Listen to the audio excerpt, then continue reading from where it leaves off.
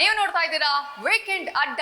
ನಾನು ನವಿತಾ ಅರ್ಜಿತ್. ವೀಕೆಂಡ್ ಅಲ್ಲಿ ಒಬ್ಬೊಬ್ರು ಒಂದೊಂದು ರೀತಿಯ ಪ್ಲಾನ್ ಮಾಡ್ಕೊಂಡಿರ್ತಾರೆ. ಆದ್ರೆ ಕೆಲವರು ಟೆಂಪಲ್, ಕೆಲವರು ಪಾರ್ಕ್, ಕೆಲವರು ಮಾಲ್, ಹೀಗೆ.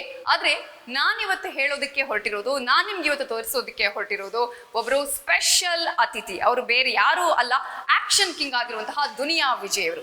ದುನಿಯಾ ವಿಜಯ್ ಅವರ ಅಡ್ಡ ಯಾವುದು, ಎಲ್ಲಿರ್ತಾರೆ? ಕೆಲವೊಮ್ಮೆ ಅವರು ದೇವಸ್ಥಾನಕ್ಕೆ ಹೋಗ್ತಾರೆ, ಕೆಲವೊಮ್ಮೆ ಸ್ಮಶಾನದಲ್ಲಿ ಇರ್ತಾರೆ, ಕೆಲವೊಮ್ಮೆ ಕಾಡಿಗೆ ಹೋಗ್ತಾರೆ. ಆದ್ರೆ ಇವತ್ತು ಅವ್ರು ಎಲ್ಲಿದ್ದಾರೆ, ಇವತ್ತು ಅವರ ವೀಕೆಂಡ್ ಅಡ್ಡ ಯಾವುದು? ಈ ಎಲ್ಲ ಹೆಸರು ಹೇಳಿದ್ವಲ್ಲ, ಅದು ಅವರ ಒಂದೊಂದು ವ್ಯಕ್ತಿತ್ವವನ್ನ ತೋರಿಸ್ತಾ ಇರುತ್ತೆ. ಹಾಗಾದ್ರೆ ಇವತ್ತು ಅವ್ರು ಎಲ್ಲಿದ್ದಾರೆ, ಅವ್ರು ಏನ್ ಮಾಡ್ತಿದ್ದಾರೆ, ವೀಕೆಂಡ್ ಅಡ್ಡದಲ್ಲಿ ಇಂಟ್ರೆಸ್ಟಿಂಗ್ ಆಗಿರುವ ಮಾಹಿತಿನ ನಾನು ನಿಮ್ಗೆ ತೋರಿಸ್ತೀನಿ. Follow me. ನಾನಂತೂ 2-3 ಕಡೆ ಹುಡುಕ್ದೆ, ಇವ್ರು ಎಲ್ಲಿರ್ತಾರೆ, ಅಲ್ಲಿರ್ತಾರೆ ಅಂತಾರೆ, ಇಲ್ಲಿರ್ತಾರೆ ಅಂತಾರೆ, ದೇವಸ್ಥಾನ ಅಂತಾರೆ, ಪಾರ್ಕ್ ಅಂತಾರೆ, ಅದರ ಜೊತೆಗೆ ಸ್ಮಶಾನ ಅಂತಾರೆ, ಎಲ್ಲೂ ಕೂಡ ಕಾಣಿಸ್ಲಿಲ್ಲ. ಕೊನೆಗೆ ಒಂದು ಜಾಗದಲ್ಲಿ ಇರಬಹುದು ಅಂತ ಇಲ್ಲಿ ಹುಡ್ಕೊಂಡ್ ಬಂದಿದ್ದೀನಿ. ಸರ್ ನಮಸ್ತೆ. ನಾನೊಂದು 3 ಕಡೆ ಹೋಗಿ ಬಂದೆ ಒಬ್ರಿಗೋಸ್ಕರ. ಅವ್ರು ಇಲ್ಲಿ ಇರ್ತಾರೆ ಅಂತ ಯಾರೋ ಹೇಳಿದ್ರು. ಇದಾರ ಇಲ್ವಾ ಗೊತ್ತಿಲ್ಲ. ದುನಿಯಾ ವಿಜಯ್ ಅವರು ಇದಾರಾ? ಇಲ್ಲೇ ಎದುರು ಇಲ್ಲಿ ಭೀಮಾ ಕೆಲಸ ನಡೀತಾ ಇದೆ. ಸೊ ಅದೇ ಫುಲ್ ಬಿಸಿ ಇಲ್ಲಿ ಹೋಗ್ತಾ ಇದೆ, ಇಲ್ಲ ನೋಡ್ತಾ ಇದೆ. ಓಕೆ, ವೀಕೆಂಡ್ ಅಲ್ಲೂ ಇಲ್ಲೇನಾ ಇರೋದವರು? ಇಲ್ಲೇ ಇದ್ರು 3 days ಇಲ್ಲೇ ವರ್ಕ್ ನಡೀತಾ ಇದೆ. ಸೊ ರಿಲೀಸ್ ಎಲ್ಲ ನೆಕ್ಸ್ಟ್ ವೀಕ್. ಸೊ ಫುಲ್ ಬಿಸಿ ನಡೀತಾ ಇದೆ. ಓಕೆ, ಸೊ ಓಕೆ, ನಾನು ಹಾಗಾದ್ರೆ Duniya Vijay meet ಮಾಡ್ಬೋದಲ್ವಾ? Okay. Weekend ಅಡ್ಡದಲ್ಲಿ ದುನಿಯಾ ವಿಜಯ್ ಎಲ್ಲಿರ್ತಾರೆ, ಏನ್ ಮಾಡ್ತಾರೆ ಅಂತ ಆಗ್ಲೇ ಕುತೂಹಲದಿಂದ ಕಾಯ್ತಾ ಇದ್ದಿದ್ದಾಗ ಗೊತ್ತಾಗ್ತಿರೋದು ಭೀಮಾ ಸಿನಿಮಾದ ವರ್ಕ್ ಆಗ್ತಾ ಇದೆ, CG ವರ್ಕ್ ಆಗ್ತಾ ಇದೆ ಇಲ್ಲಿ. ಸೊ ಈಗಾಗಲೇ ಇಲ್ಲಿ ಆಲ್ಮೋಸ್ಟ್ 30ಕ್ಕಿಂತ ಹೆಚ್ಚು ಜನ ಇದಕ್ಕಾಗಿ ಕೆಲಸ ಮಾಡ್ತಿದ್ದಾರೆ. ಬೇರೆಲ್ಲೂ ಹೋಗ್ತಾ ಇಲ್ಲ ದುನಿಯಾ ವಿಜಯ್ ಅವರು. ವೀಕೆಂಡ್ ಅಂದ್ರೆ ಸಾಕು, ತನ್ನ ಸಿನಿಮಾಗೋಸ್ಕರ ಕೆಲಸ ಮಾಡ್ತಿದ್ದಾರೆ. ಸೊ ನಾನೀಗ ತೋರಿಸ್ತೀನಿ.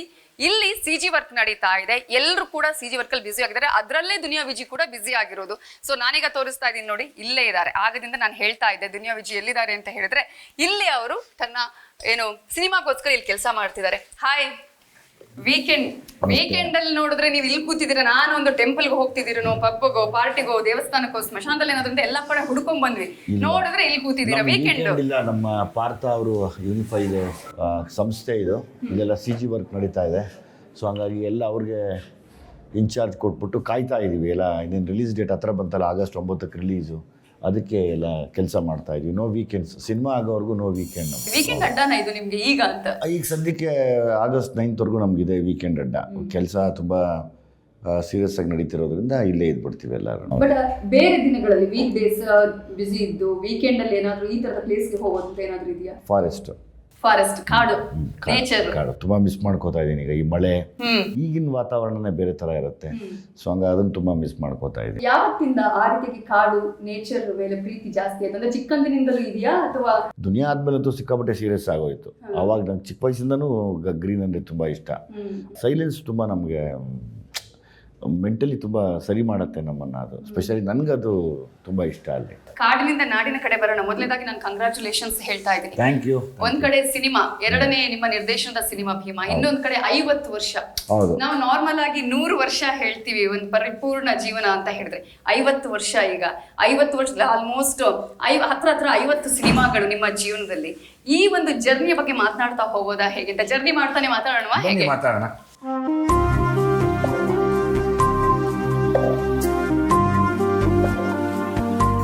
ನಿಮ್ಮ ಈ ಜೀವನದಲ್ಲಿ 50 ವರ್ಷದಲ್ಲಿ ನೀವು ಕಂಡುಕೊಂಡಂತಹ ಹೊಸ ಅನುಭವಗಳು ಏನೇನು, ಜೊತೆಗೆ 50 ಹತ್ತತ್ರ ಸಿನಿಮಾಗಳು ಕೂಡ, ಇಡೀ ಜರ್ನಿಯ ಬಗ್ಗೆ ಮಾತನಾಡೋದಾದ್ರೆ? ಲೈಫೇ ಹಾಗೆ ಬದಲಾಗ್ತಾ ಇರುತ್ತೆ, ಅದಕ್ಕೆ ಹೊಂದಾಣಿಕೆ ಮಾಡ್ಕೋಬೇಕಾಗತ್ತೆ. ಸೊ ಅದು ದಟ್ ಈಸ್ ದ ಲೈಫ್ ಅನ್ಕೋತೀನಿ ನಾನು, ಅಷ್ಟೇ, ಇನ್ನೇನಿಲ್ಲ. ಅಷ್ಟು ಬಿಟ್ಟರೆ ಇನ್ನೇನು ಬದಲಾವಣೆ. ಮಾಮೂಲಿ ಸಿನಿಮಾ ಮಾಡ್ತಾ ಇರ್ತೀವಿ, ಒಂದಷ್ಟು ಎಕ್ಸ್ಪೀರಿಯನ್ಸ್ಗಳು ತಲೆಗೆ ತಗೊಳ್ದಿರ, ಸೋಲಾಗಲಿ ಗೆಲುವಾಗಲಿ ತಗೊಳ್ದಿರ, ಇವತ್ತಿನ ಕೆಲಸ ಏನು ಅಂತ ನೋಡೋದು ನನ್ನ ಪ್ರಕಾರ ಒಳ್ಳೇದು. ನಿಮಗೆ ಖುಷಿ ಕೊಟ್ಟಂತಹ ಕ್ಷಣಗಳು, ಖುಷಿ ಕೊಟ್ಟಂತಹ ಘಟನೆಗಳನ್ನ ಹೇಳೋದಾದ್ರೆ? ಸಲಗ ಗೆದ್ದಾಗ ತುಂಬ ಖುಷಿ ಕೊಟ್ಟಿದ್ದೆ. ಈಗ ಭೀಮದ ಟೆನ್ಷನಲ್ಲಿದ್ದೀನಿ.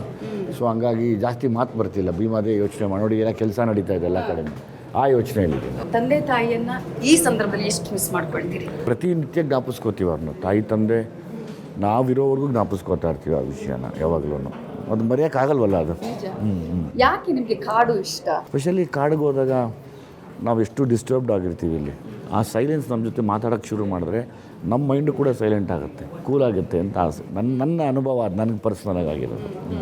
ನೀವು ಅಂದ್ರೆ ವರ್ಷಕ್ಕೆ ಇಷ್ಟು ಟೈಮ್ ಹೋಗ್ತೀನಿ ಅನ್ನೋದು ಇದೆಯಾ ಹೇಗೆ, ಅಥವಾ ನಾನು ರಜಾ ಇದ್ದರೆ ಎಲ್ಲ ಕಾಡಲ್ಲಿರ್ತೀನಿ. ನಾನು ರಜಾ ಸಿಕ್ಕರೆ ಸಾಕು ಕಾಡಲ್ಲಿರ್ತೀನಿ ನಾನು.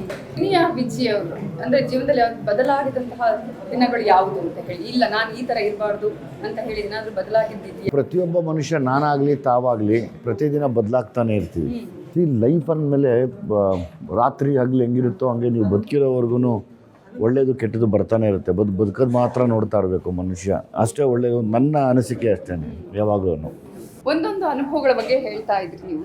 ನನಗೆ ಅಂದ್ರೆ ತುಂಬಾ ವಿಚಾರಗಳಲ್ಲಿ ನಾವು ಗಮನಿಸಿದ್ವಿ. ದುನಿಯಾ ವಿಜಯ್ ಅವರು ಒಂದ್ ಕಡೆ ಅನೇಕ ವಿಚಾರಗಳು ತಿಳ್ಕೊಂಡು, ನಾನು ಆಗ್ಲೇ ಹೇಳಿದೆ, ಮಾತನಾಡುವ ಅಥವಾ ನಡೆದಾಡುವ ಲೈಬ್ರರಿ ನಿಮ್ಗೆ ಹೇಳ್ತಾರೆ ಅಂತ. ಯಾವ್ಯಾವ ವಿಚಾರಗಳನ್ನ ಯಾವ್ಯಾವ ಸಂದರ್ಭದಲ್ಲಿ ಕಲ್ತಿರೋದು, ಓದಿರೋದು ಅಥವಾ ನಿಮ್ಮ ಎಕ್ಸ್ಪೀರಿಯನ್ಸ್ ಇಂದ ಆಗಿರೋದಾ ಹೇಗೆ? ಬಹುಶಃ ಎಕ್ಸ್ಪೀರಿಯನ್ಸ್ ಇಂದ ಆಗಿರೋದು. ಇಲ್ಲಿ ಕೂರೋಣ ಸ್ವಲ್ಪ ಹೊತ್ತು, ಬನ್ನಿ ಕೂರೋಣ ಬನ್ನಿ. ಈಗ ಜನರಲಿ ಅನುಭವಗಳೇ ತುಂಬ ಪಾಠ ಕಲಿಸುತ್ತೆ ಮನುಷ್ಯನಿಗೆ. ನಮಗೂ ಅಷ್ಟೇ ಅನುಭವಗಳಲ್ಲಿ ತುಂಬ ಪಾಠ ಕಲಿಸುತ್ತೆ. ಎಲ್ಲೋ ಒಂದು ಕಡೆ ತುಂಬ ಸೈಲೆನ್ಸ್ ಆಗಿರಬೇಕು ಅನಿಸುತ್ತೆ, ಎಲ್ಲೋ ಒಂದು ಕಡೆ ನಗಬೇಕು ಅನಿಸುತ್ತೆ, ಎಲ್ಲೋ ಒಂದು ಕಡೆ ಆರಾಮಾಗಿರೋಣ, ಎಲ್ಲೋ ದೂರ ಹೊಟ್ಟೋಗೋಣ ಅಂದರೆ ಎಲ್ಲ ಬಿಟ್ಟು ಹೊರಗಡೆ ಹೋಗೋಣ ಅನಿಸುತ್ತೆ. ಅದು ಜನರಲಿ ಪಾಪ ನಮ್ಮಂಥವ್ರ ಲೈಫಲ್ಲಿ ಎಲ್ಲ ಕಾಮನ್ ವಿಷಯನೇ ಆಗೋದು. ನೀವು ಇತ್ತೀಚಿನ ದಿನಗಳಲ್ಲಿ ನಾನು ನೋಡಿದ ಹಾಗೆ ಜಾಸ್ತಿ ಆಧ್ಯಾತ್ಮದ ಕಡೆಗೆ ಕೂಡ ಒಲವನ್ನ ತೋರಿಸಿದ್ದೀರಿ. ಅಂದ್ರೆ ಏನಾದ್ರೂ ಇನ್ಸಿಡೆಂಟ್ ನಿಮ್ಗೊಂದು ಅನುಭವ ಕೊಟ್ಟಿದ್ಯಾ? ಇಲ್ಲ, ಜಾಸ್ತಿ ನಾವು ದೇವರನ್ನ ಪೂಜೆ ಮಾಡಬೇಕು. ಇಲ್ಲ, ಅಮ್ಮ ತುಂಬ ಈ ಪೂಜೆ ಪುನಸ್ಕಾರಗಳೆಲ್ಲ ಮಾಡ್ತಾ ಇದ್ರಿಂದ ಅದೊಂಚೂರು ನಮಗೂ ಅಂಟಿಸಿದ್ದಾರೆ. ಸೊ ಹಂಗಾಗಿ ಆಧ್ಯಾತ್ಮ ಕಾಡ್ತಾ ಇರತ್ತದು. ಯಾವ ಇಷ್ಟದ ದೇವ್ರು ಯಾವ್ದು ನೀವು ಪೂಜೆ ಮಾಡೋದು? ನನಗೆ ಕಾಳಿ ತುಂಬ ಇಷ್ಟ. ನನಗೆ ಇಲ್ಲಿವರೆಗೂ ಏನೇ ತೊಂದರೆ ಬಂದ್ರೂ ನನ್ನ ಅಡ್ಡ ನಿಂತು ಕಾಪಾಡಿ ಮುಂದಕ್ಕೆ ಕರ್ಕೊಂಡು ಹೋಗ್ತಾ ಇರೋದೇ ಆಯಮ್ಮ ಕಾಳಿ. ಸೊ ಹಂಗಾಗಿ ತುಂಬ ಇಷ್ಟಪಡ್ತೀನಿ ಅವ್ರನ್ನ. ನಾನು ಮನೇಲಿ ನೋಡಿದೆ ಎಲ್ಲ ದೇವರುಗಳು, ಹಿಂದೂ, ಮುಸ್ಲಿಂ, ಕ್ರಿಶ್ಚಿಯನ್, ಅವರ ಎಲ್ಲರ ದೇವರುಗಳ ಫೋಟೋ ಕೂಡ ಇದೆ. ಸೊ ಸರ್ವಧರ್ಮಕ್ಕೂ ಒಂದು ರೀತಿಯ ಮಾನ್ಯತೆ ಅಥವಾ ಎಲ್ಲದಕ್ಕೂ ರೆಸ್ಪೆಕ್ಟ್ ಕೊಡುವಂಥದ್ದು. ಹೌದು, ದುನಿಯಾ ಆದಮೇಲೆ ನನಗೆ ಎಲ್ಲ ಜನಾಂಗದವರು ಸೇರಿ ನನಗೆ ಸಿನಿಮಾ ನೋಡೋರು. ಅವ್ರ ಪಾಪ ಎಲ್ಲರೂ ಸಿನಿಮಾ ನೋಡೋದಕ್ಕೆ ಇವತ್ತು ನಾನು ಇಷ್ಟು ವರ್ಷ ಆದರೂ ಇಲ್ಲಿ ಗಟ್ಟಿಯಾಗಿ ನಿಂತಿದ್ದೀನಿ. ಸೊ ಹಂಗಾಗಿ ಎಲ್ಲರ ಮನೆಯಲ್ಲೂ ಊಟ ಮಾಡ್ದಂಗೆ ನಾನು. ಸೊ ಹಂಗಾಗಿ ನಾನು ಎಲ್ಲ ದೇವ್ರನ್ನೂ ಇಷ್ಟಪಡ್ತೀನಿ. ಹಿಂದೂ, ಮುಸ್ಲಿಂ, ಕ್ರಿಶ್ಚಿಯನ್ ಎಲ್ಲ ದೇವ್ರನ್ನೂ ಇಷ್ಟಪಡ್ತೀನಿ. ನನಗೆ ಅದನ್ನೆಲ್ಲ ಮೀರಿ ಒಂದೇ ಅನಿಸಿದ್ದು ಮನುಷ್ಯನ ಬದುಕು ಧರ್ಮ ಅಂತ ಒಂದು ಅವಾಗಲಿಂದ ಪರಿಪಾಲಿಸ್ತಾ ಬಂದಿದ್ದೀವಿ. ಅದನ್ನು ಬಿಡೋಕ್ಕಾಗಲ್ಲ. ಆದರೆ ಆ ಧರ್ಮದಲ್ಲಿರೋದೇ ಒಂದು ಗಂಡು ಒಂದು ಹೆಣ್ಣು ಯಾವಾಗಲೂ. ಅದನ್ನು ಯಾರೂ ತಪ್ಸೋಕ್ಕಾಗಲ್ಲ. ಆ ಗಂಡು ಹೆಣ್ಣಿಗೆ ಯಾವಾಗಲೂ ಎಲ್ರಿಗೂ ಆಗೋ ನೋವಿರುತ್ತೆ, ಎಲ್ರಿಗೂ ಬರೋ ಸಾವಿರುತ್ತೆ. ಅಷ್ಟೇ ಬದುಕು ಅಂದರೆ ಅಥವಾ ಆರೋಪ ಆಗ್ಬೋದು, ಅವಮಾನ ಆಗ್ಬೋದು, ನೋವಾಗ್ಬೋದು, ಅದಾಗದೇ ತಿರ್ಗಾ ಮನುಷ್ಯನಿಂದ ಯಾವಾಗಲೂ. ಸೊ ಅದನ್ನು ನಾವು ಹೇಗೆ ತೊಗೋತೀವಿ, ಹೇಗೆ ಎಂಡ್ ಮಾಡ್ತೀವಿ ಅನ್ನೋದು ತುಂಬ ಮುಖ್ಯ ಆಗುತ್ತೆ. ಅಂದರೆ ಅದು ರಾಜಕೀಯವಾಗಿ ಹುಟ್ಟಾಕಿದಾರಾ ಅಥವಾ ವೈಯಕ್ತಿಕವಾಗಿ ಬಂದಿದೆಯಾ? ಈಗ ನಾನು ಕಂಡಂಗೆ ನಮ್ಮದು ಸರ್ವಜನಾಂಗದ ಶಾಂತಿಯ ತೋಟ ಅಂತ ನಾವು ಕರಿತೀವಿ. ಈ ರಾಜಕೀಯದ ಒಂದು ಷಡ್ಯಂತ್ರ ಆಗ್ಬೋದು ಅಥವಾ ಅವ್ರಿಗೆ ಅನುಕೂಲಕ್ಕಾಗ್ಬೋದು. ಕೋಮುಗಲಭೆ ಅದೇ ಜಾಸ್ತಿ ಆಗಿರೋದು ಉಂಟು ಇವತ್ತು. ಅದು ಬಿಟ್ಟರೆ ತುಂಬ ರೇರ್ ಕೇಸಸ್ ಆಫ್ ಒಂದು ಕಮ್ಯುನಿಟಿ ಇನ್ನೊಂದು ಕಮ್ಯುನಿಟಿ ಕಿತ್ತಾಡ್ಕೊಳ್ಳೋದು ತುಂಬ ಅವಪ್ಪ. ಅವ್ರು ಅದಕ್ಕೋಸ್ಕರ ಕಿತ್ತಾಡಿರಲ್ಲ, ಏನೋ ವೈಯಕ್ತಿಕ ದ್ವೇಷದಿಂದ ಕಿತ್ತಾಡ್ತಾರೆ. ಅದಕ್ಕೆ ತಿರ್ಗಾ ಒಂದು ಈ ಕೋಮುಗಲಭೆ ಅನ್ನೋದನ್ನ ತಗಲಾಕ್ಬಿಡ್ತಾರೆ. ಅದು ನೋಡಿದಾಗ ಬೇಜಾರಾಗತ್ತೆ ನಮಗೆ. ಕೋಮುಗಲಭೆಗಳು ಎಂಡ್ ಆಗಬೇಕು ಅಂದರೆ ನಮ್ಗೆ ಹೈಸ್ಕೂಲಿಂದನೇ ಆ ಪಾಠಗಳಾಗಬೇಕು. ಇವಾಗ ಆ ಮಕ್ಕಳಿಗೆ ಅದು ಟ್ಯೂಷನ್ ಸ್ಟಾರ್ಟ್ ಆಗಬೇಕು. ಮಕ್ಕಳಿಂದ ಹಿಡಿದು ದೊಡ್ಡವರಾಗುವವರೆಗೂ ಒಂದೊಂದು ರೀತಿಯಾಗಿ ಬೆಳೀತಿರ್ತೀವಿ. ಈ ಮಕ್ಕಳು ಇದ್ದಾಗ, ಈಗ ಇಬ್ಬರು ಹೆಣ್ಮಕ್ಳು, ಒಬ್ಬ ಗಂಡು ಮಗ ಇದ್ದಾನೆ, ನಿಮ್ಗೆ ಯಾವತ್ತಾದ್ರೂ ಆತಂಕ ಆಗಿದೆಯಾ ಇಂತಹ ವಿಚಾರಗಳು? ಈಗ ಒಂದು ರೀತಿಯ ಸುರಕ್ಷತೆಯ ವಿಚಾರಗಳಾಗಿರ್ಬೋದು, ನಮ್ಮ ಮಕ್ಕಳನ್ನ ನಾವು ಮನಸ್ಸಲ್ಲಿ ಏನು ತುಂಬ್ತೀವಿ ಅನ್ನುವಂಥದ್ದು, ಆ ಥರದ ವಿಚಾರಗಳನ್ನು ಮಕ್ಕಳಿಗೆ ಹೇಳುವಂಥದ್ದು. ಈಗ 18 ವರ್ಷ ಆಗೋವರೆಗೂ ನಾವು ಏನು ಹೇಳಿದ್ರು ತೊಗೋಬೋದು. ಅವರು ಕನ್ನಡಿ ಇದ್ದಂಗೆ. ಅವರು ನಾವು ತೋರಿಸಿದಾರ ನಂಬ್ತಾರೆ. ಒಂದು ಸತಿ 18 ಆಗಿ ಅವ್ರ ಸೊಸೈಟಿಗೆ ಎಕ್ಸ್ಪೋಸ್ ಆಗೋದ್ರೆ ಅವ್ರದ್ದೇ ಆದ ಬೇರೆ ಆ್ಯಂಗಲಲ್ಲಿ ಯೋಚನೆ ಮಾಡ್ತಾರೆ. ಅವ್ರ ತಾಯಿ ತಂದೆ ನೋಡೋ ರೀತಿ ಬೇರೆ ಆಗುತ್ತೆ, ಅಥವಾ ಅವರು ಸಮಾಜ ನೋಡೋ ರೀತಿ ಬೇರೆ ಆಗುತ್ತೆ. ಹಂಗಾಗಿ ಆ ಬೇಸಿಕ್ ಎಜುಕೇಷನ್ ಅಂತ ಇದ್ದಾಗ ಅವ್ರಿಗೊಂದು ನಾಲೆಜ್ ಬಂದ್ಬಿಡುತ್ತೆ. ಓ, ಇದು ಲೈಫು, ಹಿಂಗಿರಬೇಕು, ನಾನು ಹಿಂಗಿರಬೇಕು ಅಂತ. ಮಕ್ಕಳು ಅಂದಾಗ ನೆನಪಾಯ್ತು, ಇಬ್ರು ಅಂದರೆ ಆ್ಯಕ್ಟಿಂಗ್ ವಿಚಾರದಲ್ಲಿ ಇಂಟ್ರೆಸ್ಟ್ ಇದ್ದಾರಾ ಹೇಗೆ? ಒಬ್ಬರು ಫಾರಿನಲ್ಲಿ, ಒಬ್ಳೀಗ ಆಲ್ರೆಡಿ ನನ್ನ ಜೊತೆ ಆ್ಯಕ್ಟ್ ಮಾಡ್ತಾ ಇದ್ದಾಳೆ ಒಂದು ಸಿನಿಮಾಲಿ. ಇನ್ನೊಬ್ಳು UK ಇದ್ದಾಳೆ. ಅವಳಿಗೆ ಇನ್ನೊಂದು 10 ಡೇಸಿಗೆ ಬರ್ತಾಳೆ. ಬಂದರೆ ಈಗ ನೆಕ್ಸ್ಟ್ ಅವಳು ಹೀರೋಯಿನ್ ಆಗಬೇಕು.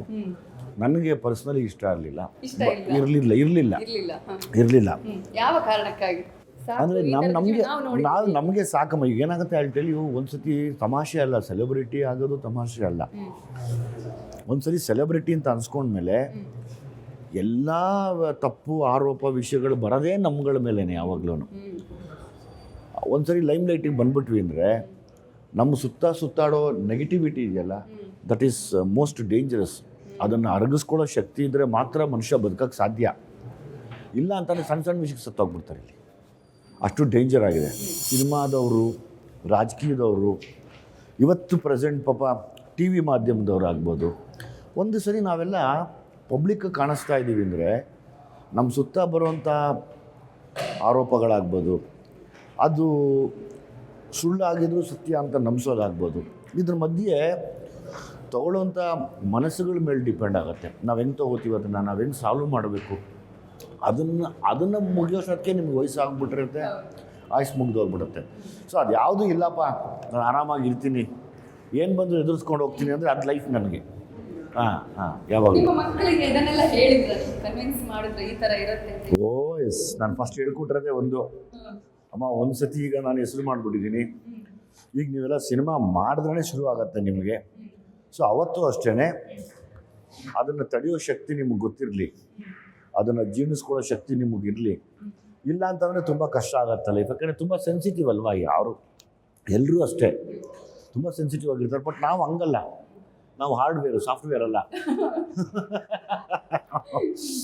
ಪಾಪ ಆ ಮಕ್ಕಳು ಆಸೆಗೆ ಬಂದಿರ್ತವೆ, ಅವಕ್ಕೆ ಇವೆಲ್ಲ ಗೊತ್ತಿರಲ್ಲ.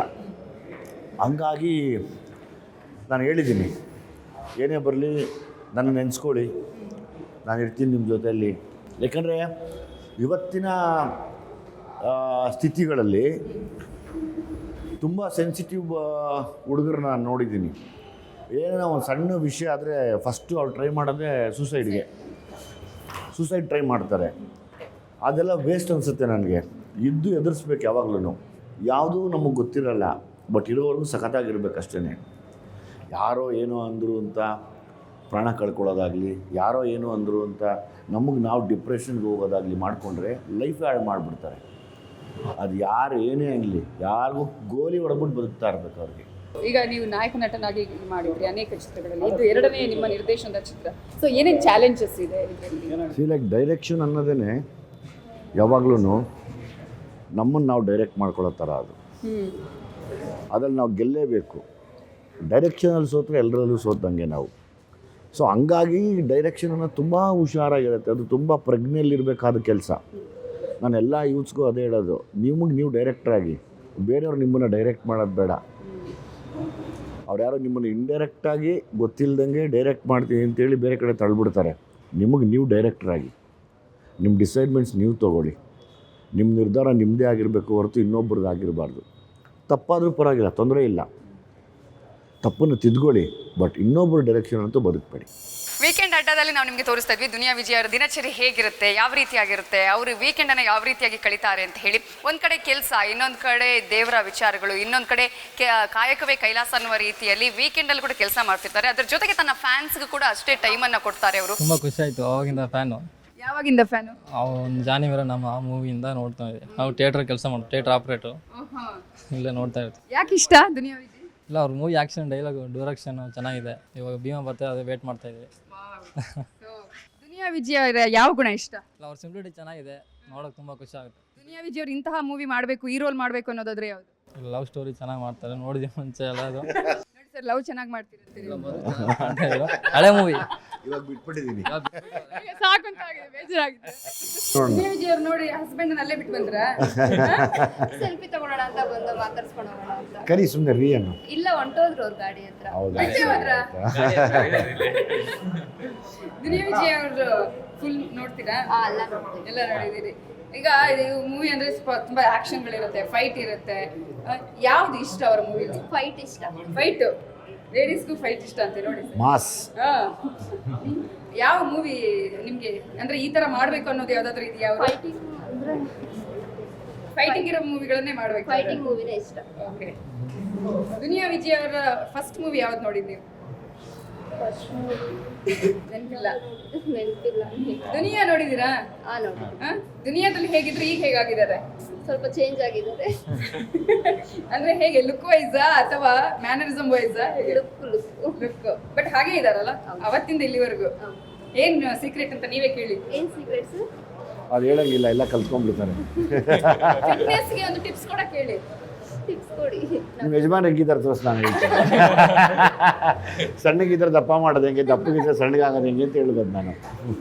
ಅಂದ್ರೆ ಹೆಂಗೆ ಇದು ಜಿಮ್ ಹೆಂಗ್ ಮೇಂಟೈನ್ ಮಾಡ್ತೀರಾ?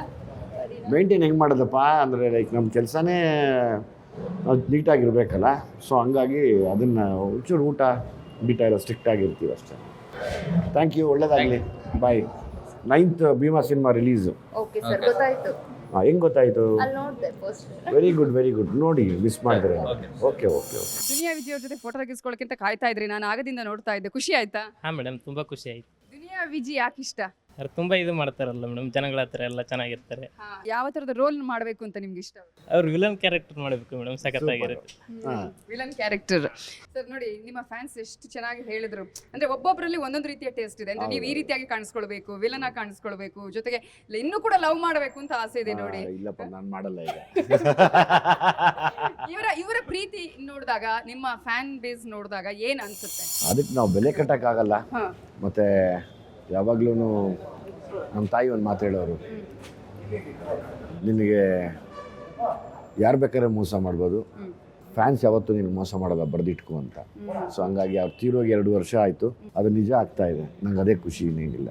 ಎಸ್, ನೀವಾಗಲೇ ಹೇಳ್ತಾ ಇದ್ರಿ ಅಂದ್ರೆ ನಾವೇ ನಮ್ಮ ಬದುಕಿಗೆ ಡೈರೆಕ್ಟರ್ ಅಂತ ನೀವು ಹೇಳಿ. ಹೌದೌದು. ನಿಮ್ಮ ಮಕ್ಕಳ ವಿಚಾರ ನೀವು ಹೇಳಿದ್ರಿ, ಅಂದ್ರೆ ನನಗೆ ಅಷ್ಟು ಇಷ್ಟ ಇರ್ಲಿಲ್ಲ ಅವಾಗ ಅಂತ ಹೇಳಿ. ಅಂದ್ರೆ ಹೇಳಾಗ ಸ್ಟಾರ್ಟಿಂಗ್ ಅವ್ರು ಹೇಳಿದಾಗ ನಿಮ್ಗೆ ಏನ್ ಅನಿಸ್ತು? ಅವ್ರಿಗೆ ಅದನ್ನ ಅವ್ರು ನನಗೆ ಒಂದು ಅವ್ರು 18 ಆಗೋರ್ಗು ನನಗೆ ಹೇಳಿಲ್ಲ, ಭಯ ಪಟ್ಕೊಂಡೇ ಇದ್ರು. ಆಮೇಲೆ ಅವ್ರಿಗೆ ಗೊತ್ತಾಯ್ತು, ಇಲ್ಲ 18 ಆಗೈತಲ್ಲ, ನಾವು ಧೈರ್ಯವಾಗಿ ಕೇಳೋಣ ಅಂತ. ಸೊ ಅದು ಎಲ್ಲರಲ್ಲೂ ಬಂದ್ಬಿಟ್ಟಿದೆ ಈಗ ಆ ಕಾಲ ಹೋಯ್ತು. ಮನೆಗಳಲ್ಲಿ ಯಾರು ಯಾವ ಮಕ್ಕಳು ಯಾವ ತಾಯಿ ತಂದೆಗೂ ಎದುರಲ್ಲ, ಈಗ ಎದುರಾಕೊಂಡು ಬೇಕಾದ್ರೆ ನಿಲ್ತಾರೆ. ಸೊ ಅಂಥ ಪರಿಸ್ಥಿತಿ ಇವತ್ತು. ಅಲ್ಲ, ನೀವು ಅವ್ರು ಕೇಳಿದಾಗ ನೀವು ಏನು ಹೇಳಿದ್ರಿ? ಬೇಡ ಅಂದ್ರೆ ನಾನಿಲ್ಲಪ್ಪ, ನಾನು ಹೇಳೋದು ಒಂದೇ, ನಿಮ್ಮ ಕೈಯಲ್ಲಿ ಹ್ಯಾಂಡ್ಲ್ ಮಾಡೋಕ್ಕಾಗಲ್ಲ. ಈಗ ಸಣ್ಣ ಮ್ಯಾಟ್ರ್ ಆದ್ರೂ ಅದು ದೊಡ್ಡ ಮಟ್ಟಕ್ಕೆ ಹಬ್ಬುತ್ತೆ. ಇಲ್ಲಿ ಅದನ್ನೆಲ್ಲ ತಡೆಯೋ ಶಕ್ತಿ ನಿಮಗಿದೆಯಾ? ಫಸ್ಟ್ ಆಫ್ ಆಲ್ ತಮಾಷೆ ಅಲ್ಲ ಇದು. ಇವತ್ತು ನಿಮ್ಗೆ ಗೊತ್ತಿರೋದು ಒಂದೇ, ನಾನು ಆ್ಯಕ್ಟ್ ಮಾಡಬೇಕು, ನಾನು ಚೆನ್ನಾಗಿ ಕಾಣ್ತಿದ್ದೀನಿ, ಪರ್ಫಾರ್ಮ್ ಮಾಡಬೇಕು, ನಾನು ಒಬ್ಬ ನಟ, ಅಪ್ಪನ ಥರ ನಾನು ಏನೋ ಹೆಸರು ಮಾಡಬೇಕು ಅಂದ್ಕೊಂಡಿದ್ದೀರಾ. ಒಂದು ಈ ಥರ ಒಂದು ಹೆಸರು ಮಾಡೋಕ್ಕೆ ಯಾವುದೇ ಸಪೋರ್ಟ್ ಇಲ್ದಿರ ಬಂದು ನಿಂತ್ಕೊಂಡು ಮಾಡೋದಕ್ಕೆ, ಅದು ಯಾವುದೇ ಕ್ಷೇತ್ರ ಆಗ್ಬೋದು. ದಾರಿ ಎಲ್ಲವೂ ಮುಳ್ಳಿನ ದಾರಿ, ಇದು ತುಂಬ ಕಷ್ಟ. ಈ ಮುಳ್ಳಲ್ಲಿ ನಡೆಯೋದು ಶಕ್ತಿ ಇರಬೇಕು. ಕೆಲವು ಸರಿ ಮುಳ್ಳು ಚುಚ್ಕೊಂಡಿರುತ್ತೆ, ಆದರೂ ನಡಿಬೇಕು. ಅದನ್ನು ಕಿತ್ತಾಕೋ ಟೈಮ್ ಇರೋಲ್ಲ ನಮಗೆ, ಆ ಶಕ್ತಿ ಇರಬೇಕು ನಮಗೆ. ಇಲ್ಲಾಂದರೆ ನಡೆಯೋಕ್ಕಾಗಲ್ಲ. ನೀವು ಯಾವ ಸಾಧನೆ, ಯಾವುದೇ ದಾರಿ ಆಗಲಿ, ಎಲ್ಲವೂ ಮುಳ್ಳೇನೆ ಅದು. ಸೊ ಹಂಗಾಗಿ ಅದನ್ನು ಎದುರಿಸೋ ಶಕ್ತಿ ಒಂದು ಸಿಕ್ತು ಅಂದರೆ ಏನು ಬೇಕಾದ್ರೆ ಎದುರಿಸ್ಬೋದು ಲೈಫಲ್ಲಿ. ನೋಡಿ, ಯೋಚನೆ ಮಾಡಿ, ಹುಷಾರಾಗಿರಿ ಅಂತ ನಾನು ಹೇಳಬಲ್ಲೆ. ಆಮೇಲೆ ಬುದ್ಧಿವಂತರಿದ್ದಾರೆ ಕೂಡ. ನಾನೇನು ಬೇಡ್ಕೋಬೋದು? ಒಳ್ಳೆ ಚೆನ್ನಾಗಿರಲಿ, ಚೆನ್ನಾಗಿಡಪ್ಪ, ನಮ್ಗೆ ಕೊಟ್ಟಂಗೆ ಏನೂ ಕಷ್ಟ ಕೊಡಬೇಡ ಅಂತ ನಾನು ಯಾವಾಗಲೂ ಹೇಳ್ತೀನಿ. ನಾನು ಎಲ್ಲ ಹುಡುಗರಿಗೂ ಅದೇ ಹೇಳೋದು. ನಿಮ್ಮ ಜೀವನದಲ್ಲಿ ಅಂಪೈರ್ ಯಾರು? ನನ್ನ ಬ್ರೈನ್ ಅಂಪೈರ್, ನನ್ನ ವಿಲ್ ಪವರ್ ನನ್ನ ಅಂಪೈರ್. ಓಕೆ, ಸರಿ ತಪ್ಪುಗಳನ್ನ ನೀವು ಯಾರಾದ್ರೂ ಕೇಳಿರೋದಿದ್ರೆ ಇದು ಸರಿಯಾ ಇಲ್ವಂತ ಜೀವನದಲ್ಲಿ ಯಾರಿಗಾದ್ರೂ ಕೇಳಿದ್ದಿದ್ಯಾ? ಅಥವಾ ಅಮ್ಮ ಅಪ್ಪಂಗೆ ಆಗಿರ್ಬೋದು, ಅಥವಾ ಬೇರೆ ಫ್ರೆಂಡ್ಸ್ಗೆ ಯಾರಿಗಾದ್ರೂ ಈ ತರ ಸರಿ ಇದೆಯಾ? ಈಗ ಏನಾಗುತ್ತೆ, ಈಗ ಪ್ರತಿಯೊಬ್ಬರಿಗೂ ಇಂಡಿವಿಜುವಲ್ಗೆ ಆಗೋ ಪೇಯ್ನು ಇನ್ನೊಬ್ರು ನಾವು ಕೇಳಕ್ಕೆ ಬರಲ್ಲ. ಪೇಯ್ನ್ ನಾನು ಮಾಡಿದಿನ, ಇನ್ನೊಬ್ರು ಮಾಡಿದಾರ ಗೊತ್ತಾದ್ರೆ ಅಲ್ಲಿಂದ ಹೋಗ್ತಾ ಇರೋದು ಅಷ್ಟೇ. Simple life. ನೀವೇನು ಹೇಳ್ತೀರಿ? ಕರೆಕ್ಟ್ ಅಲ್ವಾ? ಅಷ್ಟೇ. ಜೀವನದಲ್ಲಿ ಈಗ ಅದೇ ಹೇಳಿದಾಗೆ ಒಂದ್ ಕಡೆ ನೀವು ಅಂಪೈರ್ ವಿಚಾರ ಹೇಳಿದ್ರಿ, ಯಾರು ಹೆಂಗೆ ಅಂತ ಹೇಳಿ. ಅಂಥದ್ರಲ್ಲಿ ನಿಮ್ಮ ಫ್ಯಾನ್ಸ್ ಆಗಿರ್ಬೋದು ಅಥವಾ ಫ್ರೆಂಡ್ಸ್ ಅಲ್ಲಿ ಇವರು ತುಂಬಾ ರೀತಿಯಾಗಿ ಒಂದು ಸಜೆಷನ್ ಕೊಟ್ಟಿದ್ದಾರೆ, ಅಥವಾ ನಾನು ಈ ತರದ ಮಾತುಗಳನ್ನ ನಾನು ಇವ್ರ ಎಕ್ಸ್ಪೆಕ್ಟ್ ಮಾಡ್ತಿದ್ದೆ? ನಾನು ಯಾವಾಗಲೂ ಜನರಲಿ ಇಲ್ಲಿವರೆಗೂ ಯಾರ ಮಾತು ಕೇಳಲ್ಲ, ನಿರ್ಧಾರ ಕೇಳಲ್ವಾ? ಚಿಕ್ಕಂದಿಂದಲೂ ಅಷ್ಟೇ. ಹೌದಾ? ಮುಂದಂತಲ್ಲ, ಈಗ ಯಾರೋ ಮಾತು ಕೇಳಿದ್ರೆ ನೀರು ಆಗಕ್ಕಾಗ್ತಿರ್ಲಿಲ್ಲ. ನಮಸ್ತೆ. ಆಯ್ತು, ಥ್ಯಾಂಕ್ ಯು. ಯಾರೋ ಒಂದು ಈಗ ನಾನು ನಿರ್ಧಾರ ಮಾಡ್ಕೊಂಡಿರೋದಲ್ವಪ್ಪ. ಈಗ ನಾನು ಏನು ಆಗಬೇಕು ಅಂತ ನಿರ್ಧಾರ ಮಾಡೋದು, ನನ್ನ ಜಡ್ಜ್ಮೆಂಟ್ ಕರೆಕ್ಟಾಗಿ ಮಾಡ್ಕೊಂಡಿದ್ದೀನಿ. ಸೊ ಹಂಗಾಗಿ ಎಲ್ಲನೂ ನನಗೆ ನಾನು ಡಿಸೈಡ್ ಮಾಡ್ಕೊತೀನಿ. ಇವಾಗ ಎಲ್ರಿಗೂ ಅದೇ ಹೇಳೋದು, ಫಸ್ಟ್ ನೀವು ನಿರ್ಧಾರ ಮಾಡಿ. ಇನ್ಯಾರೋ ನಿರ್ಧಾರ ಮಾಡೋದು ಅವ್ರ ಉಪಯೋಗಕ್ಕೆ ಮಾಡಿಬಿಟ್ಟಿರ್ತಾರೆ ನಿಮ್ಮನ್ನು. ಅದನ್ನು ಮಾಡ್ಕೊಬೇಡಿ. ನಿಮ್ಗೆ ಅನ್ಸಿದ್ದು ನೀವು ಮಾಡಿ, ತಪ್ಪಾದರೆ ತಿದ್ಕೊಳ್ಳಿ, ತಪ್ಪು ಅಂತ ಅನ್ಸಿದ್ಮೇಲೆ ಮಾಡಬೇಡಿ. ನಿಮ್ಗೆ ಯಾವ್ದಾದ್ರು ಅನ್ಸಿದ್ಯಾ ನಾನು ಈ ತರ ಜೀವನದಲ್ಲಿ ಮಾಡಿ? ಪ್ರತಿಯೊಬ್ಬರೂ ಇಲ್ಲಿ ತಪ್ಪು, ಯಾರು ತಪ್ಪು ಮಾಡಿಲ್ಲ ಹೇಳಿ ನೋಡಿ ಈ ಜಗತ್ತಿನಲ್ಲಿ? ಎಲ್ಲರೂ ತಪ್ಪು ಮಾಡಿರ್ತೀವಿ, ಎಲ್ಲರೂ ತಪ್ಪು ಮಾಡೋರೇನೆ ತಿದ್ಕೊಂಡು ಹೋಗ್ತಾ ಇರ್ತೀವಿ. ಕೆಲವು ಸರಿ ಮಾಡದಿರೋ ತಪ್ಪಿಗೆ ತಪ್ಪು ಅಂತ ಬರುತ್ತೆ, ಕೆಲವು ಸರಿ ಮಾಡಿರೋ ತಪ್ಪಿಗೆ ಅನುಭವಗಳು ಹೇಳುತ್ತೆ ಮಾಡಬೇಡ ಅಂತ. ಅದೇ ಲೈಫು ನನ್ನ ಪ್ರಕಾರ. ನಾನು ಇದನ್ನ ಕೇಳಿದೆ, ಅಂದ್ರೆ ಕೆಲವು ಅನುಭವಗಳು ಆದ್ಮೇಲೆ ನಮ್ಗೆ ಹೌದು. ನಾವು ಹಿಂತಿರುಗಿ ನೋಡಿದಾಗ ಮತ್ತೆ ಸರಿ ಮಾಡ್ಕೊಳ್ಳುವಂತ ಅವಕಾಶಗಳು ಸಿಗುತ್ತೆ. ಅಲ್ಲ, ಕೆಲವು ಸರಿ ಮಾಡ್ಕೊಳಕ್ಕೆ ಆಗಲ್ಲ, ಕೆಲವು ಸರಿ ಹೋಗಿರ್ತವೆ, ಕೆಲವು ಸರಿ ಹೋಗ್ಬೇಕಾಗತ್ತೆ. ಅದೆಲ್ಲ ಬಿಟ್ಟು ಇವತ್ತಿನ ಬದುಕೇನು ಸರಿ, ಇವತ್ತು ನಾನು ಬದುಕಿದ್ರೆ ಒಂದಷ್ಟು ರೆಸ್ಪಾನ್ಸಿಬಿಲಿಟೀಸ್ ಮುಗಿಸ್ತಾ ಇದ್ದೀನ, ಸರಿ ಅದನ್ನು ಫಸ್ಟ್ ಮಾಡೋಣ. ಮಿಕ್ಕಿದೆಲ್ಲವೂ ಯಾವ್ದಾವ್ದು ಸರಿ ಹೋಗ್ಬೇಕು ಅದ್ರ ಕಾಲ ಬಂದ ಅದ್ರ ಪ್ರಕಾರ ಸರಿ ಹೋಗುತ್ತೆ, ಯಾವ್ದಾವ್ದು ಕೆಟ್ಟ ಹೋಗ್ಬೇಕು ಅದ್ರ ಕಾಲ ಬಂದ ಕೆಟ್ಟ ಹೋಗುತ್ತೆ. ಅದನ್ನ ಯಾರು ತಡೆಯೋಕ್ಕಾಗಲ್ಲ. ಅದೇ ನೇಚರ್ ನಮ್ಗೆ ಯಾವಾಗಲೂ ಹೇಳೋದು ಅಲ್ವಾ? ನೀವೇನು ಹೇಳ್ತೀರಾ? ನಾವ್ ಏನ್ ಹೇಳೋದು, ನೀವ್ ಹೇಳೋದ್ ನಾವ್ ಈಗ ಅಲ್ಲ, ಕೇಳ್ತಾ ನೀವ್ ಹೇಳ್ಬೇಕು ಹೌದು ಇಲ್ಲ ಅಂತ. ನಾನು ಹೇಳ್ತೇನೆ, ನೀವು ಕೇಳಿ ನಿಮ್ಮ ಎಕ್ಸ್ಪೀರಿಯನ್ಸ್ ನೋಡಿದಾಗ ಹೌದು ಅಂತ ಅನ್ಸುತ್ತೆ. ಹೌದು, ಕರೆಕ್ಟ್. ಎಸ್, ಮತ್ತೆ ಹೇಳ್ಬೇಕು ನೀವು ಕರೆಕ್ಟ್ ಅಂತ. ಈಗ ಮೊದಲ ನಿರ್ದೇಶನ ಸಿನಿಮಾನೇ ಅವಾರ್ಡ್ ಅನ್ನ ತಂದುಕೊಟ್ಟಂತಹ ಸಿನಿಮಾ.